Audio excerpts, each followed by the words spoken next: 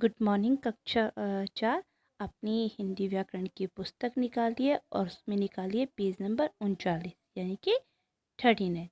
बच्चे page number 39 है आपका कारक केस। हमने पढ़ लिया था। इसमें हमने पढ़ा था कि कारक किसे कहते हैं।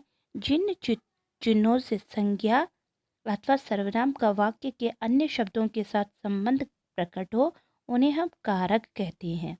ठीक है, क्या कहते हैं? कारक। कारक के 8 भेद हैं। कारक के क्या है? 8 भेद हैं। कर्ता कारक, कर्म कारक, करण कारक, संप्रदान कारक, अपदान कारक, संबंध कारक, अधिकरण कारक और संबोधन कारक। और यहाँ इसके विभक्ति चिन्ह दिए गए थे। आज मैं आपको विस्तृत रूप से इसके बारे में पढ़ाऊंगी। तो पेज नंबर 40 निकालिए।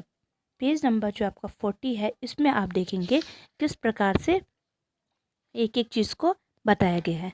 सबसे पहले है कर्ता कारक। कर्ता कारक है जो, ये देखिए, कर्ता कारक में इसकी चिन्ह क्या है? इसका चिन्ह है जो इसका विभक्ति चिन्ह है वो ने है। क्या है? ने। अच्छा, कर्ता मतलब होता है काम करने वाले को हम कर्ता कहते हैं। मतलब जो काम कर रहा है। ठीक है, अभी कौन काम कर रहा है? मैं बोल रही हूँ ना, मैं आपसे बात कर रही हूँ तो मैं क्या हूँ? करता हूँ। जैसे यहाँ पे एक एग्जाम्पल दे रखा है, पुनीत ने स्कूल जाना शुरू कर दिया। किसने? पुनीत। तो यानी कि पुनीत क्या हो गया? कर्ता। क्या हो गया? कर्ता कारक है। पुनीत क्या है? कर्ता कारक। किसके बारे में बात हो रही है? पुनीत। तो इसका चिन्ह क्या है? ने। उसके बाद क्या है? ने। पुनीत ने स्कूल जाना शुरू कर दिया, यानी कि कर्ता कारक का चिन्ह है ने। ठीक है। निखिल ने खाना खाया। काम क्या कर रहा, कौन कर रहा है? निखिल। क्या काम कर रहा है? वो खाना खाने का। तो निखिल ने, यानी कि इसका चिन्ह क्या है? ने। इसी प्रकार से आता है दूसरा कर्म कारक। कर्म कारक, इसका चिन्ह है को। विभक्ति चिन्ह क्या है इसका? को। अब क्या होता है कर्म कारक? क्रिया के कर्म को प्रकट करने वाले शब्द को कर्म कारक कहते हैं। क्रिया के कर्म मतलब जो क्रिया हो रही है उसमें जो कर्म है उसको प्रकट करने वाले शब्द को कर्म कारक कहते हैं। राम ने रावण को मारा। राम ने रावण को मारा, यानी कि क्या क्रिया हुई थी इसमें? मारने की। क्रिया क्या हुई?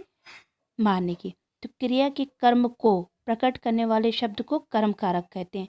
तो इसका चिन्ह क्या होता है? को, यानी कि ये को। ठीक है। प्रदीप बैल को खरीदता है। काम क्या हो रहा है? खरीदने का। कर्म, तो यानी कि को, इसका विभक्ति चिन्ह है। यानी कि कर्म का चिन्ह क्या है? को। कर्म। तीसरा आता है आपका करण कारक। क्या आता है? करण कारक। इसमें है विभक्ति चिन्ह से। से है इसका चिन्ह। क्या है? से। कर्ता जिस साधन से क्रिया करता है, साधन याद रखिएगा, कर्ता जिस साधन से क्रिया करता है उसे करण कारक कहते हैं। ठीक है। अब देखिए, बच्चे हॉकी से खेल रहे हैं। ठीक है। क्रिया क्या कर रहे हैं? बच्चे, बच्चे हैं, क्रिया क्या कर रहे हैं? वो खेल रहे हैं। क्या खेल रहे हैं? हॉकी। तो खेलने क्रिया में क्या काम आ रहा है? किससे खेल रहे हो? हॉकी से। यानी कि जो क्रिया कर रहे हैं उसमें जो क्या आ रहा है? साधन है। साधन क्या है हमारे पास? हॉकी। तो इसका विभक्ति होगा से। क्या होगा? से। इसका चिन्ह होगा से। राम पेन से पत्र लिखता है। ठीक है ना। राम यहाँ पे क्या है? जो काम कर रहा है, कर्ता कारक है। काम क्या कर रहा है? वो लिखने का। लिखने के लिए हमको कोई साधन चाहिए होता है, तो साधन क्या है? वो पेन है। तो इसका क्या है? से। यानी कि से क्या हो गया इसका? इसका से क्या हो गया? इसका करण कारक की विभक्ति। ठीक है। अब आता है संप्रदान कारक। संप्रदान कारक आपका चौथा है। इसका है चिन्ह है इसका को और के लिए। को, के लिए।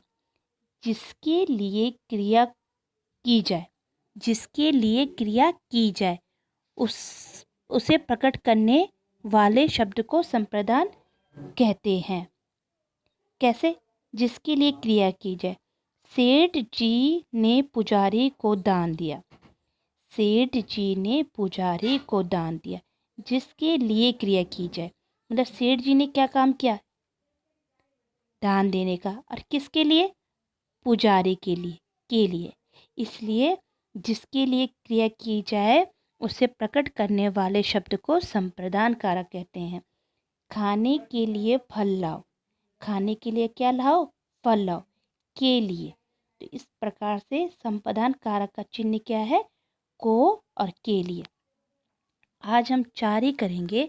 ये 4 इसलिए करते हैं क्योंकि आप धीरे धीरे इस चीज़ को समझेंगे। अगर एक साथ आपको बता दिया जाए तो आपकी समझ में कुछ नहीं आएगा, इसलिए मैं एक बार फिर से दोहरा जाती हूँ। सबसे पहला आता है आपका कर्ता कारक।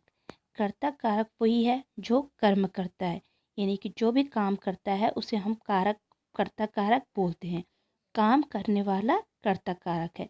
ठीक है, यहाँ पे हमने पुनीत की बात की थी, तो पुनीत इसमें क्या है, कर्ता कारक है।